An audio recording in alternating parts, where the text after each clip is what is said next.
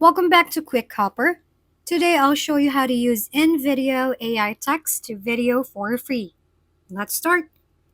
First, you will need to create an account, which is essential even though this tool offers a free version. Eventually, you might consider upgrading, but for now, let's stick with the free version. Once logged in, navigate to the AI text to video section and click the plus sign icon to load the templates. You can add your script to the designated area.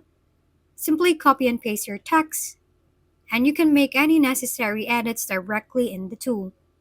For images, the free version offers generated images and video suggestions. Click on Free to access these options. If you have a paid account, you can use premium sites like iStock for more choices. Once you're done editing, you can export your video. However, since we're using a free account, we can't export until we upgrade. Thank you for watching. We hope this video helped you figure things out. If we've been helpful, kindly give us a thumbs up and don't forget to hit the subscribe and bell button for more contents.